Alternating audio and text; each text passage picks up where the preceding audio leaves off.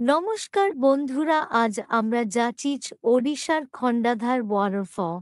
এখন আমরা রাস্তায় আছি, আমাদের পৌঁছতে আরো 1 ঘন্টার মতো টাইম লাগবে।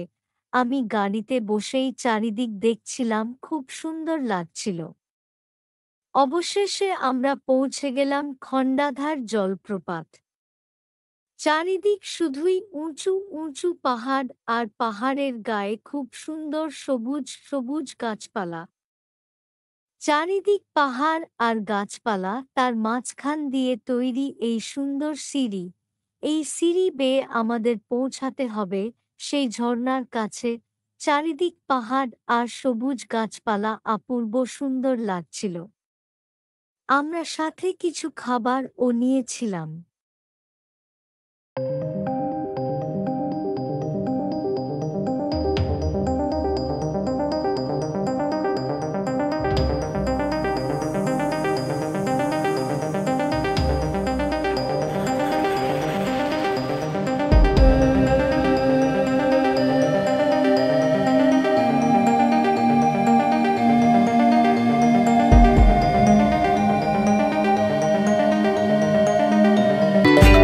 চারিদিক এই অপূর্ব সুন্দর প্রকৃতির দৃশ্য উপভোগ করতে করতে আমরা হেঁটে চলেছি।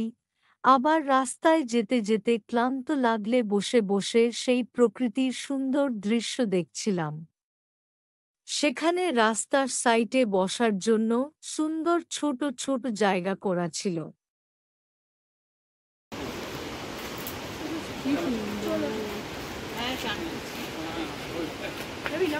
সিঁড়ি বেয়ে যেতে যেতে দেখা গেল সেই সুন্দর ঝর্ণা। পাহাড়ের গা বেয়ে নেমে এসেছে অপূর্ব সুন্দর সেই ঝর্ণা। দূর থেকেও ঝর্ণা খুব সুন্দর দেখাচ্ছিল। এবার আমরা পুরো ঝর্ণার কাছে পৌঁছে গেলাম। কি অসাধারণ সুন্দর লাগছিল। কিন্তু নিচে বেশিক্ষণ দাঁড়ালাম না, উপরে উঠে এলাম। ঝর্ণার জলের ছিটা আমাকে ভিজিয়ে দিচ্ছিল। আমার স্নান করার ছিল না, তাই উপরে চলে এলাম। যাদের স্নান করার ছিল তারা নিচে থেকে গেল। উপরে উঠে যখন সেই সুন্দর দৃশ্য উপভোগ করছিলাম, তখনই আরও একটা সুন্দর দৃশ্য দেখা গেল। ঝর্ণার ডান সাইডে একটা রামধনুর আকার তৈরি হয়েছিল। খুব মনোরম লাগছিল। তারপর যাদের স্নান করার ছিল তারা স্নান করতে চলে গেল। ঝর্ণার জল প্রবল বেগে বইছিল। বৃষ্টির দিনে ঝর্ণার বেগ একটু বেশি থাকে, তাই যারা স্নান করতে গিয়েছিলেন তারাও ফিরে এল। আমি উপরে ছিলাম, তাতেও ভিজে যাচ্ছিলাম। যাই হোক, এবার আমাদের ফিরে আসার জন্য নিচে নেমে এলাম।